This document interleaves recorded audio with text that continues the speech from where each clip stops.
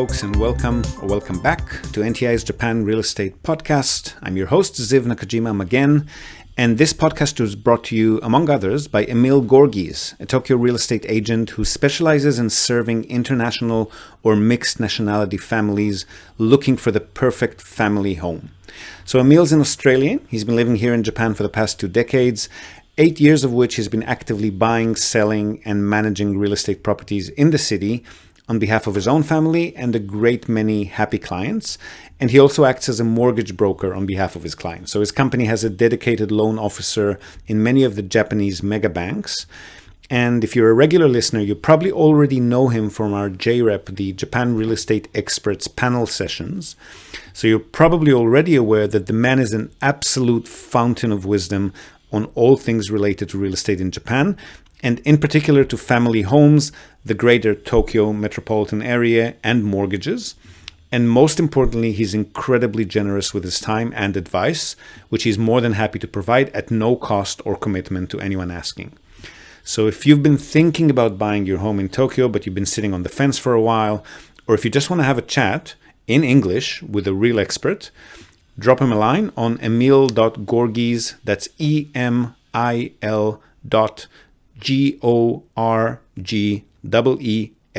emil.gorgis at tokyorealty.jp. Hit him up today and start exploring your options. All right, so a special episode today. This is our annual Best of compilation, which will include segments from your favorite 10 podcast episodes or YouTube videos of the last 12 or 13 months. Now, the reason this isn't being published at the very start of the year is because annual market data normally takes about a month post end of year to be published, which is when we start preparing our own annual summary articles and podcast episode. So that happens around February, and then to get our experts to come in on the show and be interviewed with their own annual summaries and takes another month or so because they're busy for the same reason. So Shai Greenberg, our large commercial deals and market authority, Dan Gallucci, our macroeconomics expert, and so forth.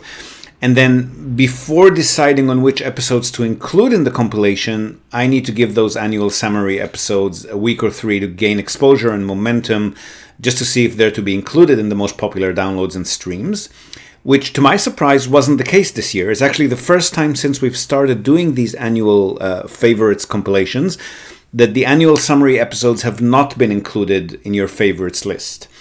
And what our podcast listeners and YouTube viewers tended to go for instead this year were actually the more micro, nuts and bolts, down-to-earth type of conversations. So deals analysis, segments on Akiya, AirBnb, basic strategy, market fundamentals, family homes, and so forth. So interesting choices from you folks this year. Let's get right into it.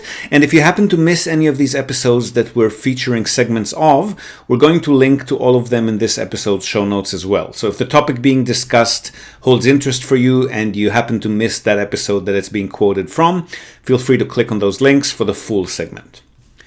So, the first in chronological order, and actually your second favorite episode this past year, was our long and detailed Tokyo deals analysis episode. Now, this one actually contains some deal analysis spreadsheets and numbers that you can look at while we're chatting. So you might want to hop over to our YouTube channel if you want to see what we're actually seeing as we speak. I'll link to it in this episode's show notes. So in this extended conversation, and we're only going to be showcasing a few minutes of it, we look at properties in and around Tokyo that our client is considering purchasing. We highlight the advantages and disadvantages of them from several perspectives, including building profile, location, attractivity to short-term stay guests, which is one of the uses he's considering for them, and a bunch of other interesting criteria. So here's a part of that conversation. This one is in a very good area. Meguro-ku in Tokyo is one of the best areas, and the interior, as you can see, is well done. The kitchen is maybe not that outdated, but slightly. It's got a big bath, which is a phenomenal bonus in Japanese apartments. It's quite rare. Separate toilet and bath. Not separate toilet and bath, which was a bit strange for me because this property was 1993 and they are supposed to be separate toilets and bath for the ones built after 1990. So I just wrote there to confirm the build year. It might be maybe just on the borderline, but I haven't seen too many that are past 91 that don't have them separate. So I'm just wondering about the build year. The average rent. Sorry, go ahead. It's probably just a greedy developer who didn't want to, unless he's told by legislation they have to separate the toilet and the ofura, they're probably just gonna bang it in together, Yeah, I mean, it's not a legislative matter. They can definitely build them still together if they want to. It's just the tenants these days are just not going for those. Okay. So the only people you would find in these older properties are really, really low income earners or really elderly folk who are really used to it from day one kind of thing. Anyone in the young professional entry level salaryman kind of bracket would probably very much prefer to have a separate toilet and bath. Yeah. And that's quite an expensive renovation. You'd probably know best from what you're doing. Yeah. I mean, looking at this one, how many buildings are in that, or how many apartments are in this property? That's the other thing, that the English listing websites don't actually tell us that. The Japanese websites usually clearly state that, but the English websites don't. So I can just make a guess looking at the exterior, 1, 2, 3, 4, 5, maybe 6 units per floor times 4 floor, maybe up to 24 units or so. The ground floor also, I can't see because of the cars, whether it has units or it has shops down there. I'm not sure what's the situation. So I'd say probably 10 to 20 apartments. This one's on the 4th floor, but it's quite small in size, which leads me to believe there are no any particularly wide apartments or penthouses on the top floor. So probably the same sort of structure as the lower ones. Yeah. So yeah, I'd say 10 to 20. Balcony is facing south, which is good. Because it's on the 4th floor, I'm wondering, the listing doesn't specify if it has an elevator, because if it doesn't, 4th floor in Japan is what we'd call 3rd floor in Australia and other countries. So they count the ground floor as number 1. Yeah. So whoever's leasing this one has to climb up 3 flights of stairs. So right there, you've probably ruled out most of your elderly tenants. Yeah. Which in Japan is a very large percentage of the population. And also single moms. Sometimes in these small apartments, you get a single mom with a baby or a toddler kind of thing, and they wouldn't be too thrilled climbing out with a child in hand plus 5 bags of shopping. No. So you just, 4th floor does get a bit challenging. 4th and 5th floor, which is the top that you can get without an elevator by law, is a bit more challenging finding tenants for. That's my main concern with this one. Now, the average rent from what we've seen on the internet seems to be somewhere between 60 to 70,000 yen for this one. So looking at a best case scenario of 70,000 yen, you're looking at very, very low returns, right? Yeah. Yeah. So now the interior is lovely. I do like the interior. For short-term stay, the area would do fabulously. It's a great area. So I would definitely go into this one if you think that you could lease it out comfortably throughout, a large part of the year, in which case you might conceivably go up to 120 or 130. And then it does start to look a bit more attractive. Okay. But that's a maybe, and it's definitely a maybe now when we've got COVID going on. Right. So for your next favorite, this one's an interview that was conducted by Pretty Donnelly, our marketing manager, and she sat down with Matt Ketchum, who you probably know well by now. If you're a regular listener, Matt is a member of JREP, our Japan Real Estate Experts panel, and he specializes in Akiya, so abandoned or vacant homes, mainly in the Japanese countryside. He's a huge and outspoken proponent of country living and a fantastic authority on all things related to buying these often dilapidated homes, restoring them, and then even revitalizing the communities that they can be found in. So fascinating conversation there. Here are some tidbits from it. Is that there's this cultural narrative that just says, you better be in Tokyo, right? So this is, it almost sounds like it's polarized. It's the complete opposite of what one would want in Tokyo. Extremely. And I mean, that's not to say that, Tokyo is great and like actually the countryside is super great. Like there are totally issues that, you know, there's cultural issues, there's geographic, like for example, I live on top of a mountain. If you've got a bad hip or something, like that might not suit you very well. There are things to consider, right? But there are also opportunities out here, and it's merely a matter of kind of digging through, you know, the data and, you know, kind of the experiences that are available around the country. And it's not the case that, you know, anywhere in rural Japan, it's all the same. No, they're totally different. It's an entire country, like cities and neighborhoods and stuff. They all have unique cultures, right? So it's really a matter of just kind of spending the time and having the resources to identify the things that may suit your kind of your personal needs and wants. One thing that's very unique to Japan is the market itself. Very different from Canada, where I am, the US, London, where most people buy real estate for speculative purposes, you know, hoping to obtain capital growth. In Japan, properties depreciate. So you're not really looking for capital growth, you're looking more for the rental income. Right. But what I'm wondering is, a property generally would depreciate in about 25 years in Japan. I mean, at that point, it would be fully depreciated, if I'm correct. Yeah. So that would mean then that a person is really paying for land price, if we're talking about these abandoned properties in the countryside. They're not paying for the structure, they're paying for the land. Is this one of the reasons why these properties would be so inexpensive? And how much actually are they? Yeah, that's a huge factor in it. I mean, basically you're buying, yeah, like you said, the land. And in fact, we've heard crazy, you know, not firsthand, but kind of anecdotal stories about somebody buying land with a structure on it that they wanted.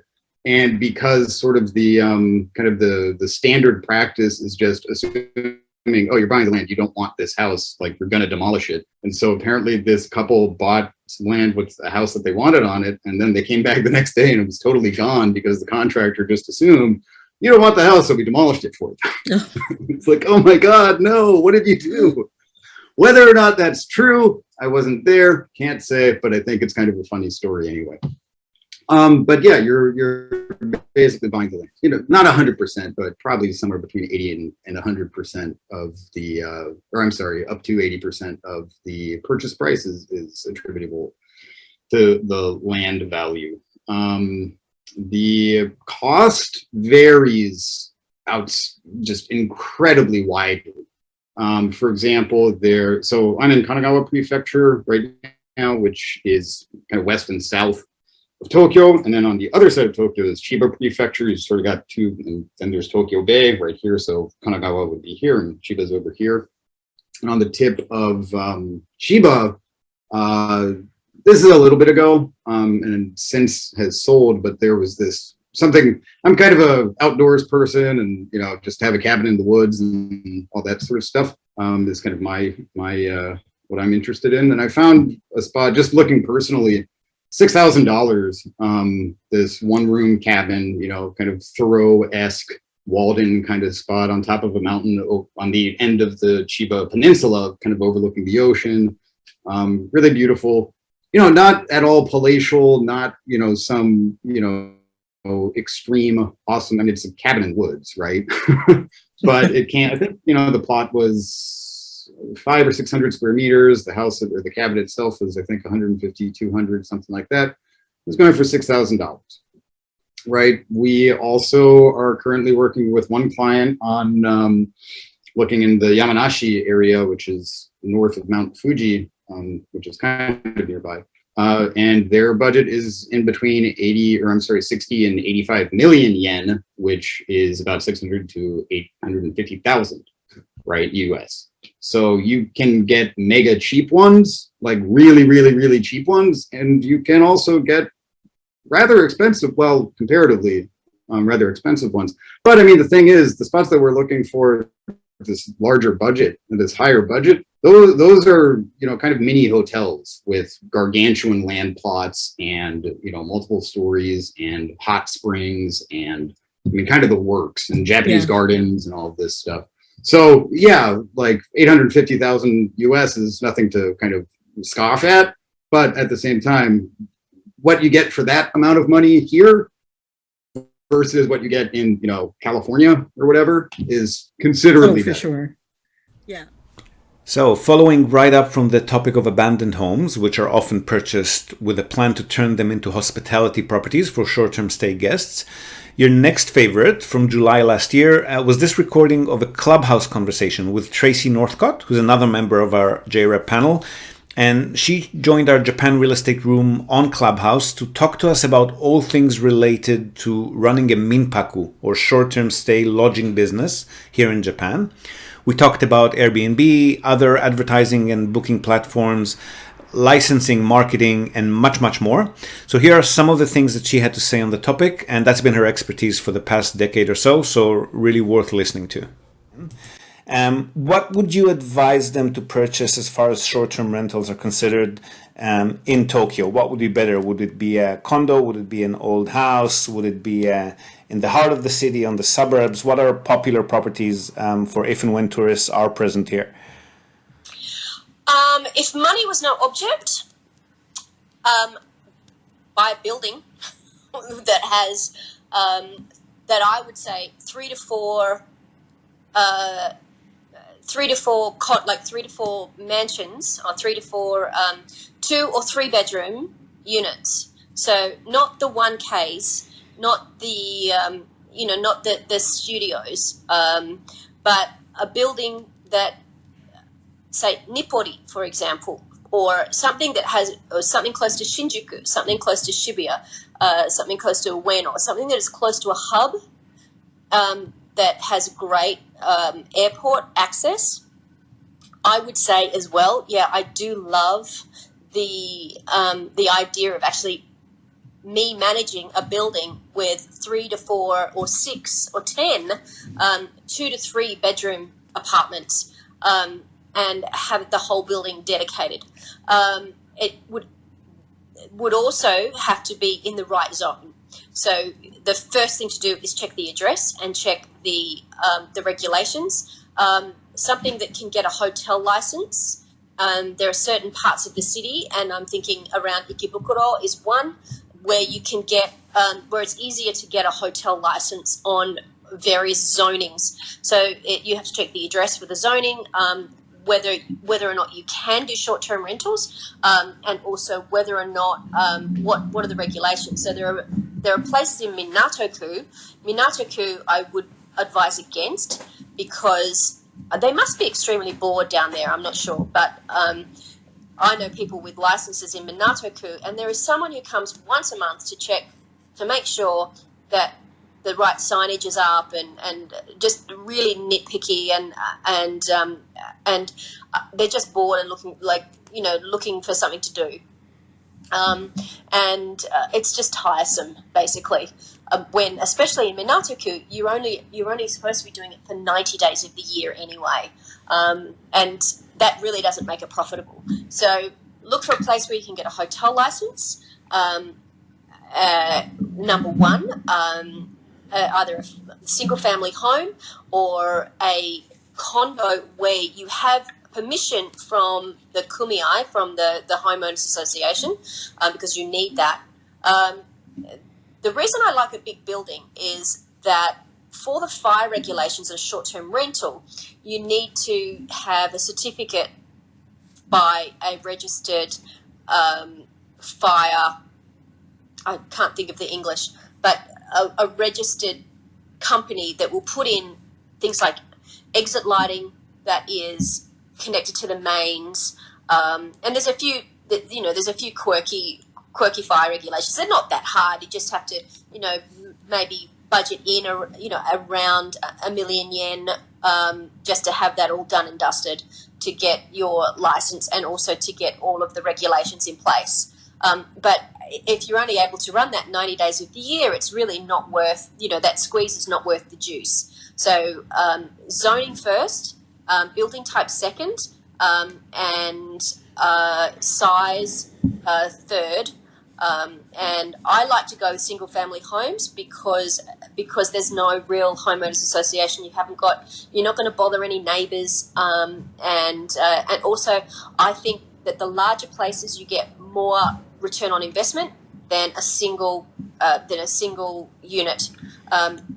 You still have to spend the same amount of time and energy on each booking, but when you've got a booking for 2 people paying bottom bargain basement rates, or you're looking at a family of 5, or an extended family group, 2 families travelling together, that's when you're really making good ADR, which is like average daily rate, and that's really where you're making all the money. It's the same amount of effort whether there's 10 people, whether there's 2. So, and you're going to make much more money at that higher rate. So, a long answer to a very short question. So, I hope that was useful. I want to give a quick addition to that, in terms of the building.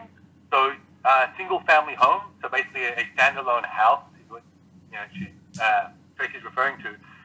Often in Tokyo or in Japan, they're 2-story and 3-story homes. Okay, one of the requirements for to get a hotel license or the Minpaku license for a 3-story home is that it is a fireproof home. Okay, it's called the Taika Kenchikubutsu.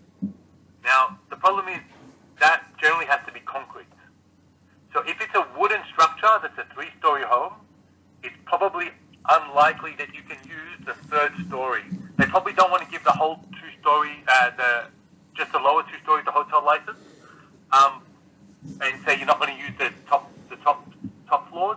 But technically, it's hard to get the license, and if they do, they don't want you to use the 3rd floor for as a hotel or for bookings if it's not a fire-proof house, as Taika Kenchikubutsu. Now, the thing is, most homes, like in Tokyo, that are built within fire regulation, are considered Jun Taika, like a 2nd grade fire resistant, not 1st grade fire resistant. But if the house is only 2 stories, then you generally don't need to meet that requirement. So, in addition, it should be a 2-story house, not a 3-story house. Is that correct with your understanding as well, Stacey? Yeah, there is, but there has been an addendum to that law, and that came in, I think, at around 2019, where 3-story properties, you could get licensed, but you did have to put in, on the internal stairs, a door. And you could get all 3, because I've actually got a license on a 3-story house in Shinjuku. It's a 180-day license. And that's a new build, and because it was a new build, I was able to make sure that it had all the little fire things in there. I did have to get exit lighting. There was exit lighting that was attached to the mains as a retrofit, but that was only 200,000, 300,000 yen. It wasn't that expensive. Now for this next episode, also from July 2021, this is another recording of a Clubhouse session that we've had in which Emil, our Tokyo family home and mortgage expert, also a member of the JREP panel, and I took questions from the audience. Now this was a very long 2-hour Q&A session touching really on all aspects of the property market here in Japan. We obviously can only include a short segment of it here in this compilation, but we will again link to the full recording in this episode's show notes. Highly recommended listening material for anyone considering purchasing property here in Japan for the first time, whether it's for your own personal use, investment purposes. Really useful stuff in here. Here's some of that session. That's a tricky one. Often an investment property and your primary residence are 2 different beasts. Like just the size of the value, the dollar value of it is going to be significantly different. Okay, in general, how much the bank will loan you. So, if you can get, generally a bank for your personal home, a bank will loan you about 7 times your gross annual income. So if you earn, say, 7 million yen, the bank will give you 90 million. Sorry, the bank will give you almost 50 million yen. So 7 times 7 million yen annual is about 49, say 50 million yen. Let's play with that number. So for your primary residence, you can borrow about 50 million yen without any money down. If you want to buy an investment property, the bank can give you will give you a bit less to begin with because interest rates are higher. They'll want a down payment of 20%, so that's another 10 million yen deposit. So instead of getting 50 million yen property with very little money down at 0.7% interest, you're going to get maybe a 40 million yen property with 10 million yen down payment, right? So it's completely, it's quite different, the kind of property that you get. So if you're going to buy an investment property, chances are it's not going to be something that you could also alternatively use as a primary residence. Okay, you probably wouldn't want to live there. Unless you're a backpacker and you're just coming into Japan with a lot of cash and you want to splash it around. Yeah, but we're talking about financing, right? So the fact that you can finance means you're working here, right? You're resident here and you're employed here, and if you're eligible for finance to begin with. So if you're deciding, should I get a home loan or an investment loan, then you probably live here and work here. Otherwise, you wouldn't be talking about these loan opportunities. So the kind of property you're allowed is different. And then what you can buy through financing, an investment property will be a lot more money, more cash required, and less funding available with higher interest rate. Okay, so right off the bat, you're looking at two different scale of properties. Right, one's 50 million, one might be 40 million with 100 million yen down. That's right, with 10 million yen deposit. The other thing to consider is, this is an important one. If you buy an investment property first, let's say you buy a 20 million yen investment property. So you have a 20 million yen loan, right? And you've paid whatever necessary cash, but your actual outstanding loan is 20 million. When you want to buy your primary residence, right? And again, you say your income, the bank says, we'll give you 50 million. Hold on, you already have a 20 million yen investment loan. So we're only going to give you 30 million. Generally, we'll give you 50, but you've already got a now standing 20 million yen loan. So your borrowing capacity is now 30. So now you can only buy a property that's 30 million. So by buying the investment property first, using financing, you've sort of shot yourself in the foot by being able to and reduce the amount you can leverage this the home loan, which has great terms. Does that sound clear? It does, but does that work in the vice versa as well? With you buy the home first, and then when you go for the investment property, the amount of money that they'll loan you for investment is also cut. Yes, yeah, exactly. It does work opposite the same way. So let's say you buy the 50 million yen property first, and then you want to buy an investment property. The bank will say, well, you've already maxed out your 50 million. You don't have much capacity to borrow extra. So yes, it does work. But my approach, right? And look, it's personal preference for everyone.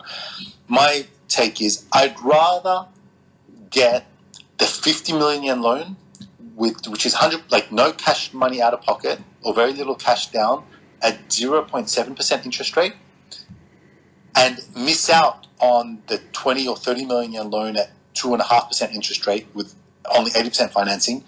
I'd rather miss out on that investment loan and maximize this great home loan than the opposite. I don't want to miss out on a great home loan opportunity by having an investment loan which is not very attractive terms, relatively speaking. So, but that's all personal preference. So yes, you're right, and that's my take on it. All right, so we've now mentioned all current members of our JREP panel, Tracy Northcott, Matt Ketchum, Emil Gorgies, and yours truly. And around September last year, we realized that really the best part of our Clubhouse weekly sessions, and the part that the audience seems to enjoy the most, were the conversations that we were having between the four of us. So this then led us to officially form the Japan Real Estate Experts Panel, which is what JREP stands for. We switched from Clubhouse to a weekly or semi-weekly Zoom session, just the four of us, talking shop, unscripted, on various topics related to our individual fields of expertise, with occasional guests jumping in. And this following segment, which was also one of our most downloaded episodes, is from our very first ever JREP session. So really an introduction to who we are, what we do, and how we can help listeners and our clients as well, of course. Yeah, when you're actually doing your search, when you get familiar with what you want, it's probably better to pay a bit of a premium, jump in quickly and get the one you want, because this is where you're going to live for the next 2 decades. This is where you're going to raise your family, in terms of my clientele in general. And I actually find, to be honest, people that are, when they start the search process for their own personal home, they start to realize that everyone wants to come on early with the mindset that they want to get a good deal, but they realize if they're searching the good deal, they may miss out on the right property. Yeah, I've said recently, like I found a 1 yen property, a 1 yen house, right? Of course, the land was for rental. The land was rental. The house was 1 yen, and you had to have a 50-year lease. But it's like, I will totally hunt for good deals on like apples or, I don't know, a bicycle or something, right? But like you just said, this is a house that you're going to be living, presumably, raising a family and a bunch of sort of important stuff. Like, if your main concern is getting a deal on that, I don't know. Like, I feel a little bit like maybe your priorities are a little bit misaligned. I mean, and to be fair, don't forget that, like we keep saying on the public meetings, like the criteria that you're looking for when you're buying a home to live in, and the criteria that you're looking for in investment property, and then again the criteria you're looking on for short-term stay property, they're completely different, right? Like we always tell our customers that the properties that you're going to be buying, if you want to make good cash flow, are going to be strictly investment properties, and just in the sense that the person who's living in them will never be able to afford to buy them, and the person who can afford to buy them will never want to live in them, right? Like, they're completely different kettles of fish. You can't even look at them from the same criteria, and they're priced differently. The price that they'll command when you try to resell them will be based on completely different fundamentals. So there are good deals to be had, in a sense, if you're looking for investment properties, but we also have our bottom of the barrel kind of thing. Like, it's like, the listing agents put on the websites, and I know I feel safe saying this next to you, Emil, because you don't deal in investment properties usually, but some of the listing agents that list out investment properties, 15%, 25%, 23%, and it's generating this. Yeah, at the moment, and 1 month later, when your tenant moves out, it's going to stand empty for a decade. It's not going to be generating anything, right? It's ridiculous. It looks like a good deal on paper, but it's not in reality. Right. So now for your all-time favorite and the most downloaded episode, downloaded or streamed episode this year. This is again a JREP session, and this time it also included Mika Giman, a Tokyo broker, property manager, and sharehouse operator from a company by the name of Add Value in Tokyo. Mika joined us on the panel to speak to us about the difficulties or challenges that her and many of our own clients face whenever trying to purchase or rent a property here in Japan as a non-Japanese. So really insightful conversation. Here are some parts of it. Yes. Otherwise, look, overseas, it's a typical strategy to submit 5, 6, 7 different offers on 7 different properties, and then just go ahead with the one that you like the best. But if you do that in Japan, those 6 other agents are never going to speak with you again. So we can't afford to go down that track. And by and large, tangentially, this is one reason why we choose not to have very many public listings on our site. Just because if we go, just like you were saying, Ziv, if we go and do the due diligence, if we go and actually take proper visual documentation, video, drone footage, actual photographs, if we make it look good, but we don't have even an potentially interested buyer, and we're just throwing stuff up onto our site, hoping that somebody is interested in it, that's a whole lot of work. with no guarantee at all of any kind of return on it. So and for those rare cases where people do want similar services to what Matt's talking about, like they just want to make inquiries and look at potential properties and think about stuff, then we just charge them by the hour. Right. Yeah. I need to change industries. So I think Mika. Well, Mika, do you want to speak to that a little bit? I'll talk about the rental and the share house. I think the share house is getting a little bit slower because we had mostly foreigners in our share houses, and I think the border is now closed. Yeah. So people can't really get into Japan from overseas. Plus, with Corona, they're probably scared to live with other people too, right? No? Okay. Maybe not. I guess not. I'm not sure. But many Japanese people inquire to share houses these days because of their like job or like economical situations, because share houses tend to be much cheaper than the normal rental. Yep. For example, the normal rental moving fee, like initial moving fee, is like super expensive in Japan because we have lots of fees. Yeah. Yeah. So yeah, we have a lot of Japanese clients these days, but not a lot like before. And we have many vacancies in our share houses. And yeah, I think the share house is like now it's a difficult time, but we understand. And the rental, I think, is coming back slowly. Yeah, rental, we have long-term rentals or short-term rentals? Yeah, long-term rentals. Okay. Yeah, usually like 2-year lease. And I think that was like really dead until a few months before, but I think it's coming back these days. And I have sometimes like 10 clients, 10 or more a month. And now I'm talking to many customers and I'm getting busier and I'm happy about it. Yeah. And yeah, once we open the border, I hope many people are going to come into Japan again. And yeah, we have short-term and long-term rentals more, and hopefully share houses too. Fingers crossed. We interrupt this broadcast. I always wanted to say this. We interrupt this broadcast to tell you about Tokyo Family Stays. They're a short-term rentals company in Tokyo, and they offer a home away from home experience, which is just perfect for remote working, quarantining, or if you just need somewhere quiet to hide away from the world. So they offer a variety of options for families, for corporate relocations, or simply if you're transitioning between homes in Tokyo.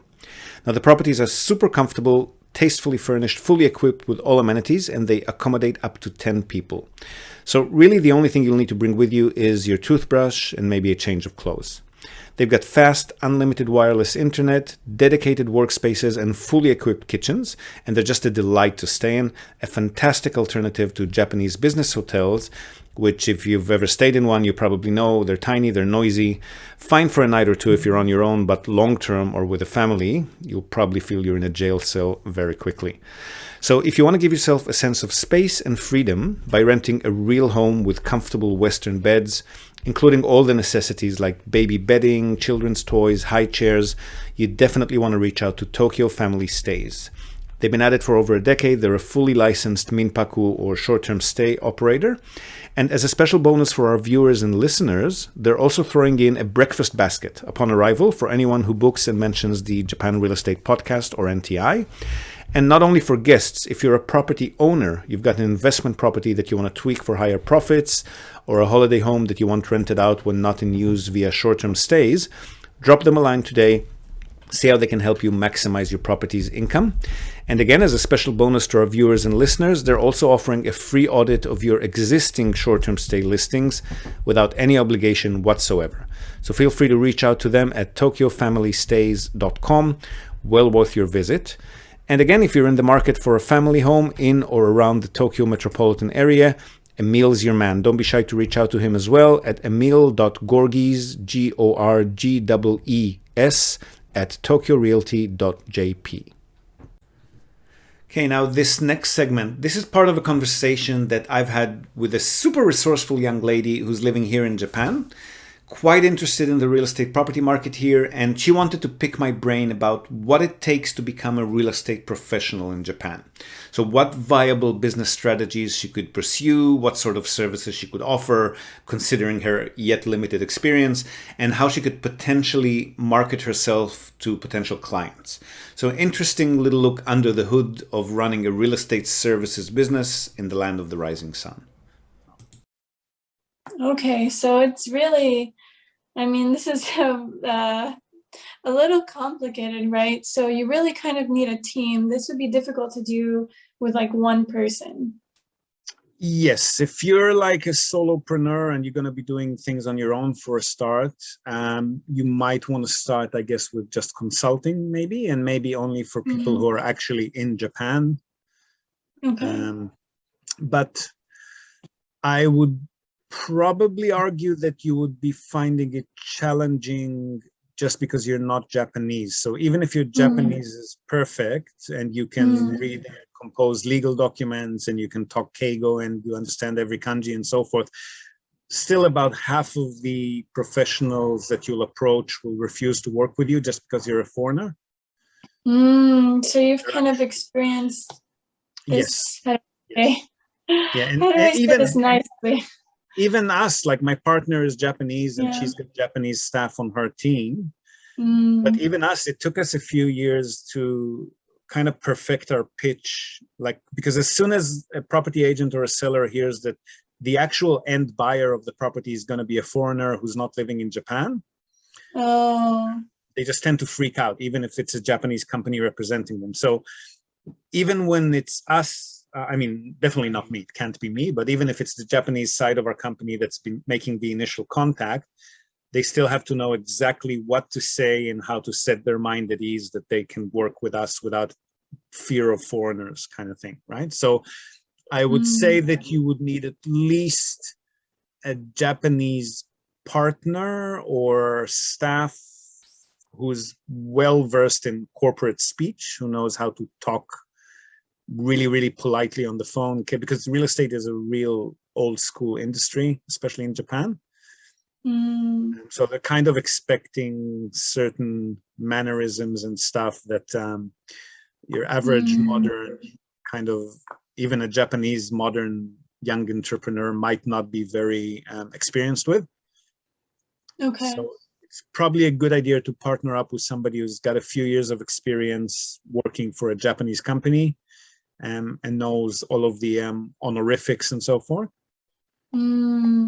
And I mean, they don't have specifically to be experienced in real estate, but they have to be experienced in how to talk to Japanese business folks. Yeah, because it seems very, very different than, I just watch YouTube videos, especially with American real estate agents, people in investing in real estate in the US.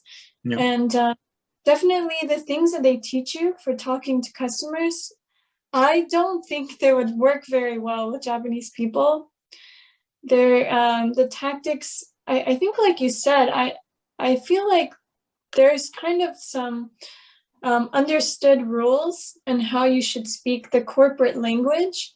It's not really like this, like in the US, it's like sometimes you want to sound like their friend, for example, in sales, but maybe in Japan, it's like always formal. Is that kind of true? Or vast majority of cases, like in our case, for example, if it's an agent that we've already done a few deals with and he's gone on property tours with a few of our customers and he kind of got used to me, he or she kind of got used to me, so they'll accept me and my casual way of my casual Japanese and my jokes and so forth, so they'd be okay with it. And I could probably, I regularly do take customers with them just on my own without my partner or our staff.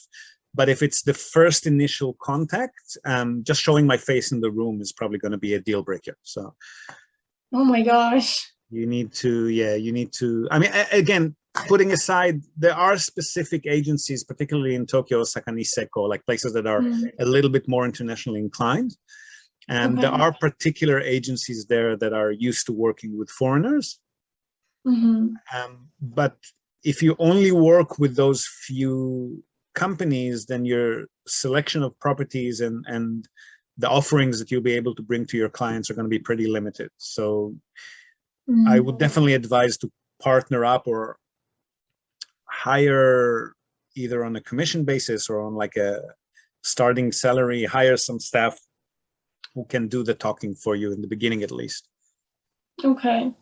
Yeah. So, but your clientele, what you were thinking, you're not going to have Japanese clients. You're going to have foreign clients, right? Yes, I think that would be better for me, and especially at the beginning, because obviously I'm much better. English is my native language. Yep. So I would be much better in handling foreign clients than I would with Japanese clients with my current level of Japanese. So you're thinking, just to clarify for me, you're thinking about being involved in real estate properties in Japan, or you're thinking about like maybe US properties for Japanese buyers, or what was your frame of mind there? So I think initially I want to stay within Japan, just because I'm here, and I think that that would be a better start. But eventually it could be possible, you know, because obviously, yeah, I'm American, so I could go back to the US if I needed to for business trips. That could be a possibility. But for now, I think it's better just to stick nearby. Yep. Yeah. So you're talking about Japanese properties and potentially helping foreigners be active in Japan's real estate market, right? Yes. So investing or buying. Really, the best thing, I would also like to work with Japanese sellers or foreign sellers too. So that's, I don't know, I'm kind of all over the place, but. Well, to work with Japanese sellers, you would need to most likely be a real estate agent, a registered, and that's not an easy qualification to get in Japan, even for people who have been here for a long time and speak very fluent Japanese. It's a tough one. But if you're working with the agents, then the agents are satisfying the requirement for a realtor. And then you can do something like what we do. You can be the buyer's side representative kind of thing. But I would maybe, I mean, look, investment properties is part of what we do. We also do holiday homes and stuff. And just, you know, scouting out land parcels for development and commercial properties and stuff like that. So we do a lot of things that we've sort of, you know, picked up expertise over the years. But if you're just starting out, I would probably, I mean, it's just me thinking, but to be attractive and feel reliable for your potential clients, I would either go the route, like if you want to get into investment properties, I would definitely try to first get a few of your own so that you're talking out of experience and you've got, you know, your own skin in the game. And otherwise, maybe focus more on holiday homes, right? So you can be like the person on the ground to go and scout out locations and look at houses, send them photos and walk through videos and liaise with them as you're visiting the property, that kind of thing. So for that, you might not need as much as expertise as you would for investment. And, you know, you could buy into, I don't know, are you the DIY type? Like, are you somebody who would be interested in doing like renovations, repairs, that sort of things on old homes and stuff like that? I would be interested, but it also seems a little bit overwhelming. I'm not really sure. DIY isn't, if it was myself, I don't know that I have really the skills to do that. No, I wasn't thinking doing that for customers. But like hiring people. Well, yeah, I mean, if if you, for example, you know, in the countryside in Japan, you can potentially get like really rundown old houses for pretty cheap. So that would maybe be a cheap way for you to get some just experience under your own belt, to buy one of these and then sort of be involved in the renovation, either yourself or with a local company or whatever. And I'm just thinking that might be a cheaper way to get into it compared with actually, you know, going ahead and buying 2 or 3 or 4 investment properties, because that's going to be, I don't know, 60, 70, 80,000 bucks. And yes, you're going to be trying to approach customers with no experience whatsoever. It's likely that they're going to be a bit, you know, reluctant. That's all. Now for our next segment, and this was also your 3rd favorite episode of the last 12 months, Ben Sheeran, who's no newcomer to the Japan Real Estate Podcast. He's been with us before. He's a personal finance and retirement consultant, one of the few professional authorities on the topic here in Japan. As far as English resources are concerned, he's probably the only one. And he's founder, admin, and owner of the Retire Japan online web portal, Facebook group, and forum, which is a phenomenal community for anyone interested in these topics and living here in Japan. And we speak with him as well as with Haley Agra, who's another phenomenal young lady specializing in financial education and social media marketing. And we talk about all things related to savings, retirement, managing your own personal finances. Here are some highlights of that conversation. Well, I'm going to ask you about these products in a second, Ben, but maybe I want to sort of segue into that for a second. Why do you think it is so difficult for people to actually take that first step and get into the routine of actually not even investing, just saving for retirement? Like, because a lot of people are like Haley's boyfriend, like, yeah, but not this month, or oh, this year there's all this happening, so I'll think about it. Why is it so difficult to take that first step? It's in the future. Yeah, Their future is like right there. It's very complex, I think. It's your psychology, it's your background, it's your sense of values, it's your experience, all mixed together. So I tend to find that most people kind of reach a trigger point at some point. They kind of wake up and they're like, oh, it's time. Right, yeah. You know, I've had a child. You know, I'm 40. Something happened. I lost my job. That was my trigger point. I've never been great with money. But we were talking about it before we were talking about it before you logged in. My trigger point was just suddenly realizing that I've accumulated $50,000 in debt, right? Off of credit cards. So it's a pain point, right? Yeah, and it's kind of pointless to try and talk to people before they hit the trigger point, right? Because they're not ready to listen to you. It's not real to them yet.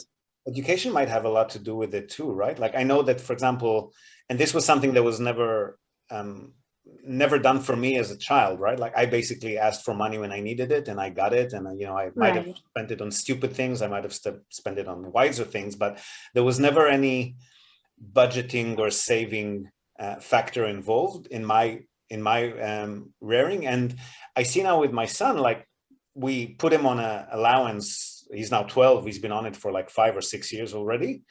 And obviously at first, he spent it on stupid things, right? Like you got money in your pocket and you go and you buy silly things. But as his reserves constantly ran out and he recognized that now he wants to buy this like slightly bigger thing, but there's no money to get it. And we staunchly refused to like give him credit, right? Like deducted from my next allowance is not going to happen, right?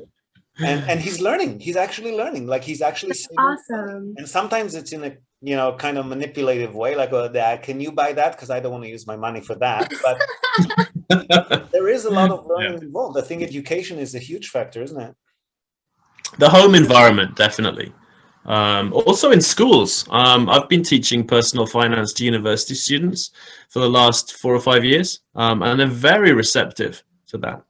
And from next year, Japanese high school students are going to learn personal finance at school. Brilliant. Wow. Which is pretty exciting. I'm a bit worried about the quality of teachers, but I think it's a great big step towards having a more financially literate population. Definitely better than nothing, right? Even if the teachers are not spec. Absolutely. Although, yeah, you got to be careful. Like a lot of the stuff in the UK, it's stuff like, hey, let's pick stocks, and whoever's stock went up the most in the next 8 weeks is the winner, which is not the right approach to learning about investing. Long-term thinking there. Yeah, exactly. All right, so we're almost done. For this next episode, we're back with Haley Agra again. She's asked me if I could help mentor her about the Japanese real estate property market, which she wants to become more active in. So we had a good few chats that were also published on the podcast. This particular one, which you really liked, is all about the concept of a forever home. Is there such a thing? And if there is, what exactly does it mean to different people? And how does one go about securing it? So for our next purchase, we wanted a condominium, but with a large enough balcony or private yard that would make it feel like a house, even though we wouldn't have the structural maintenance costs. So we were a bit more specific on the next purchase, right? Okay. Yeah. So, but I guess the point I'm making is for us specifically, it's never forever, because we know that in 5 years' time, we might want to get something completely different. Yeah. And also it changes as you, I mean, like you, right? You're thinking about your forever home right now. But what are you planning for a family of 3, 5, or 6? Do you know if you might want to get a dog when the kids become 5 years old? They might want to have a dog, and then you need the backyard. Like, how would you know where your life is going to be in like 10 years' time? Forever changing. Yeah. So forever changing home, right? Forever changing home. Yes. Okay, maybe it's like our first home. I think I call it the forever home. So I put it in Chris's mind that he has to convince one of my real estate agent friends in Gotemba that he's not buying this for investment necessarily, kind of. He's buying it in the hopes that we have it for a while. Yeah. And also, don't forget that in Japan, especially if you're talking about houses, like wooden structures, right? Yeah. After 25, 30 years, I don't know how much forever there's going to be left in the house, right? Yeah, that makes sense. Yeah. It'll be old and rotten. Yeah. Wood. With newer structures, are they still using wood? Yes, unless it's a really unless it's a custom order for a stone or concrete house. They're usually like the kind of cookie factory housing company built houses in particular neighborhoods are always wood. Yeah. Okay.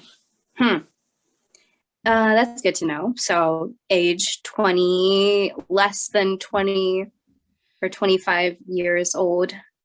Ideally, like easier on the maintenance. Yeah. Yeah. So we want it like pretty close to Fuji Speedway. He likes to race his motorcycle and his cars. He doesn't have a car yet. So have you or your company ever helped someone that is Japanese residency find a home? Or that's not, because you guys gear towards foreigners. We gear towards foreigners, but we do have a lot of customers who are foreigners that live in Japan. And we definitely help them buy investment properties, and we occasionally help them buy holiday homes as well. Yeah. With family homes, like if it's going to be a house that they're going to be living in, they're usually going to be, and rightfully so, they're going to be a lot more picky.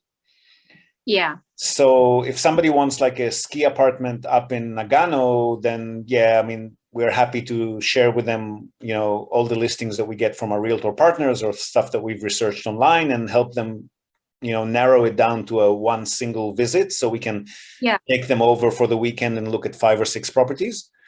Mm-hmm. But if they're shopping for a family home, that's going to be a bit more of a process, and there's going to be a lot more in-person viewings and visits that they're going to do. So in those cases, we'd usually refer them to a local realtor that we've worked with, and they can work with them directly.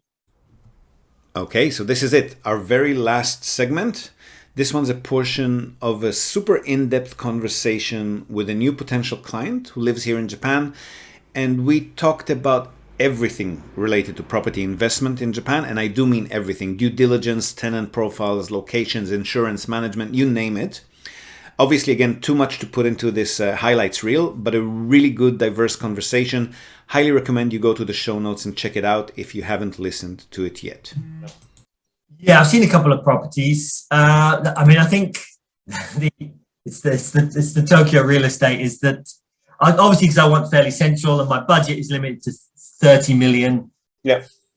It's properties that are 1960s, early 70s.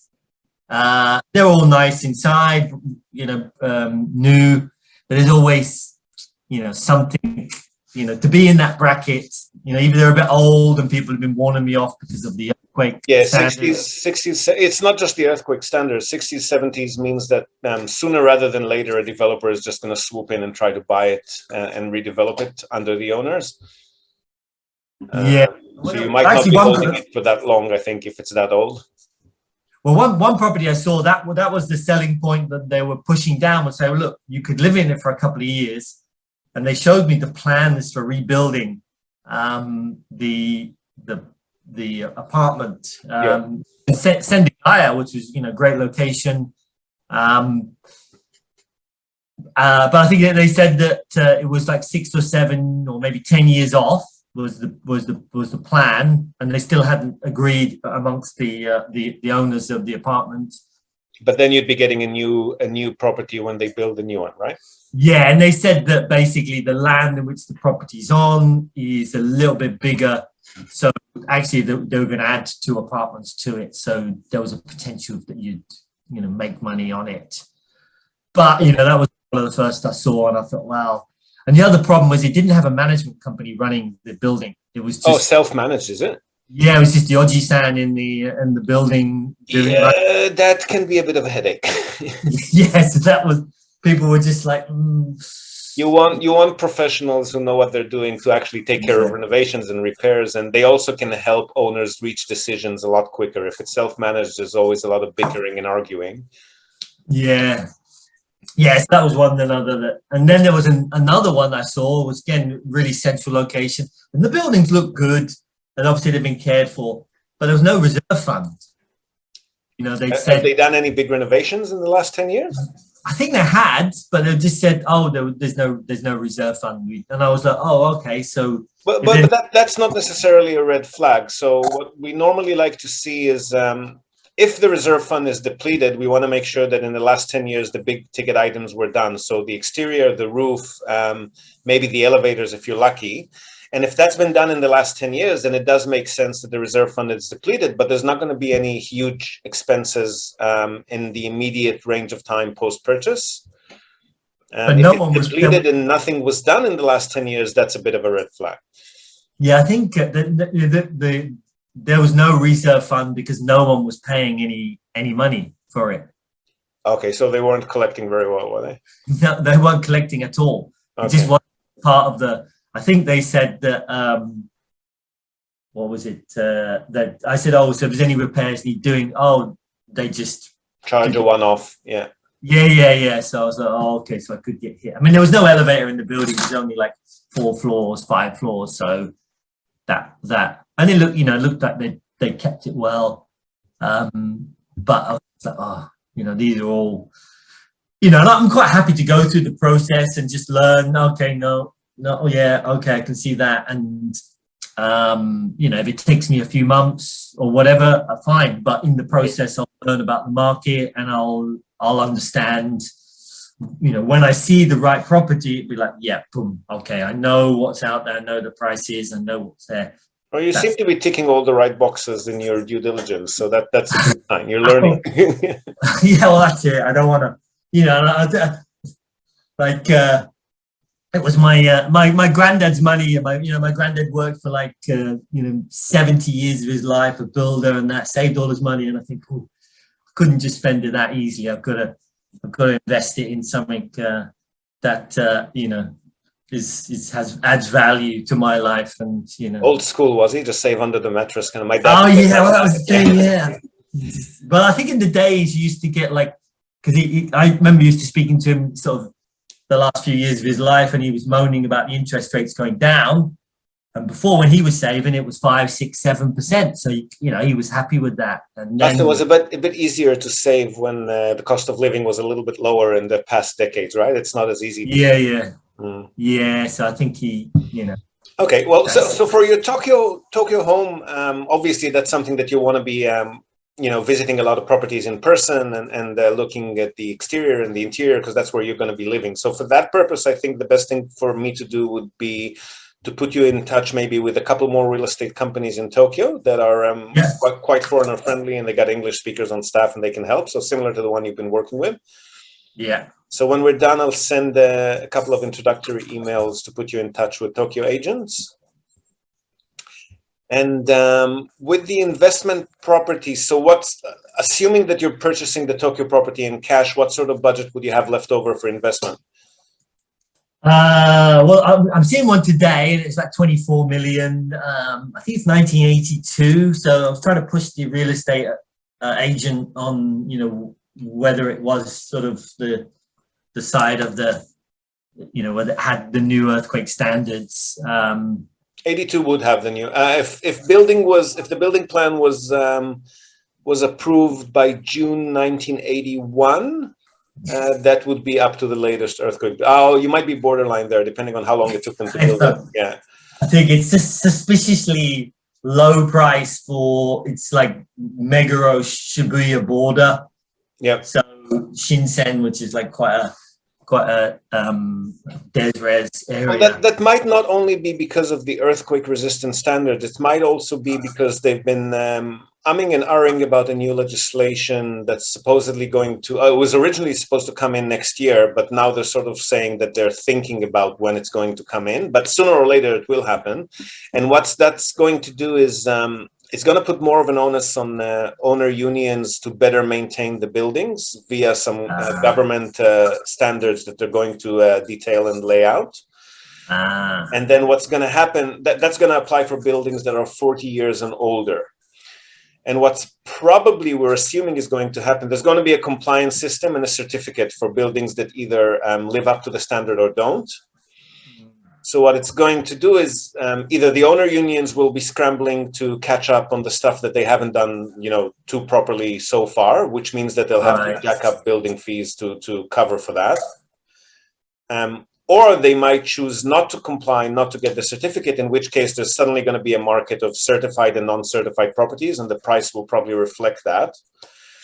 So what we've been seeing in the last couple of years is properties that are getting to the 35, 36, 37 age mark are suddenly being discounted quite significantly. So for investment, at least, we've been advising to our customers, until that legislation becomes a bit clearer, we've been advising them to maybe stick to properties that are 30 years and older. So what's the date on that, like 1990s? Yeah, 1991 or 2 at the moment, but that's for investment purposes. I mean, if you're talking about owner-occupied properties, you're paying a certain, monthly amount for building fees. So as long as you are comfortable with it, potentially, I don't know, like worst case being doubled, let's say, as long as you're comfortable paying whatever that's going to end up being, if it's doubled, it shouldn't make such a huge difference. I mean, 82 for an owner-occupier is not necessarily a horrible scenario to be in. For investment property, if building fees are doubled, it can pretty much reduce your yield by 2 or 3%.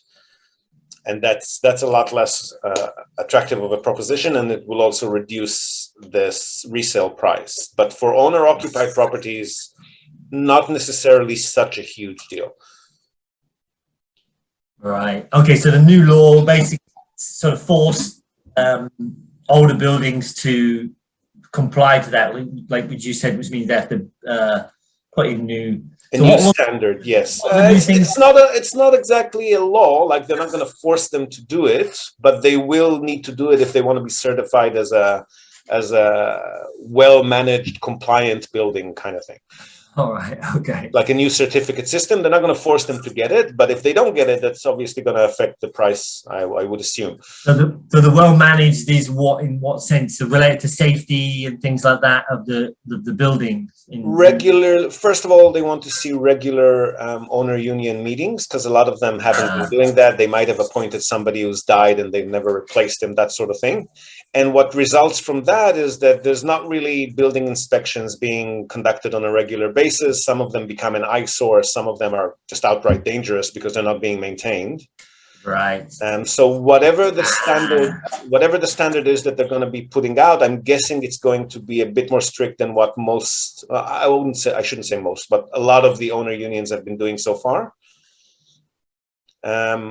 Some of them, like if you look at the renovation history and the inspection, the periodic inspections and the renovation plans, if there's a clear renovation plan in place for the next, say, 5 years, and there's a clear renovation history for the last 5 or 10 years, then that building is probably already being well managed. But some of them just don't have that, right? Some of them are saying, oh, we don't have any immediate plans for renovation. And then you look at the past and you see that they haven't done the exterior for the last 10 or 15 years. And then hang on, why don't you have a renovation plan in place? Because obviously every 15 years at most, some of those, the roof, the exterior, some of these items need to be done. The elevators need to be done every 20, 25 years if there is an elevator. So either the last 10 years or the next projected 5 years, there should be something that says there's going to be a big renovation happening or has happened. And if that's not clearly defined in documents from the owner union, then that is probably what the government wants to address. So these types of buildings that are not doing it properly or regularly enough. And that's it. Those were your favorite Japan real estate podcast and YouTube channel episodes these past 12 or 13 months. And I'd like to take a moment to thank you, our viewers and listeners, for supporting us these past few years. The podcast has been steadily growing since we started back in 2017. We're now at about 20,000 full downloads or streams of the episodes annually, plus thousands more annual viewings on YouTube. And that really speaks to the value that you're finding in it. And really, this is exactly why it was created. To summarize, like some of our recent reviewers just wrote on the iTunes store recently, the podcast does what it says on the tin in a market that badly needs its presence. Helpful, informative, easy to follow. First stop for anyone interested in real estate in Japan. So yes, we're really grateful for your attention. And as you probably know well by now, if you're a regular listener or viewer, we're always here to talk shop. So please don't be shy. Feel free to send us your questions, ideas for future episodes, comments, criticisms.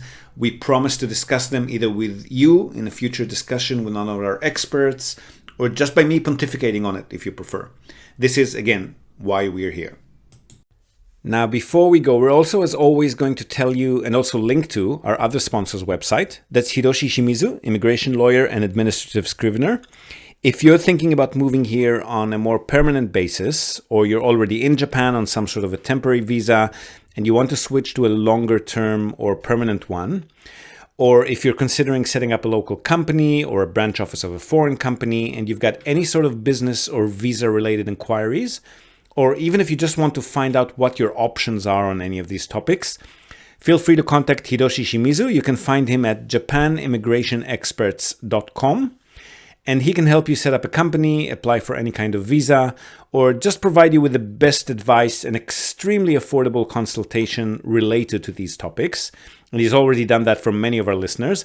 So feel free to reach out to him. Again, that's japanimmigrationexperts.com, and you'll be well on your way. And that's it from us for today, folks. Hope you've enjoyed this episode of the Japan Real Estate Podcast. Do share it with your networks, and please let us know what you think. So leave us a short rating or review on the iTunes Store, on Spotify, or just drop us a line in the comment section or wherever you might have found this episode. We love hearing from you. Hope to have you with us again next time, and until then, have a great day or night ahead. Yoroshiku.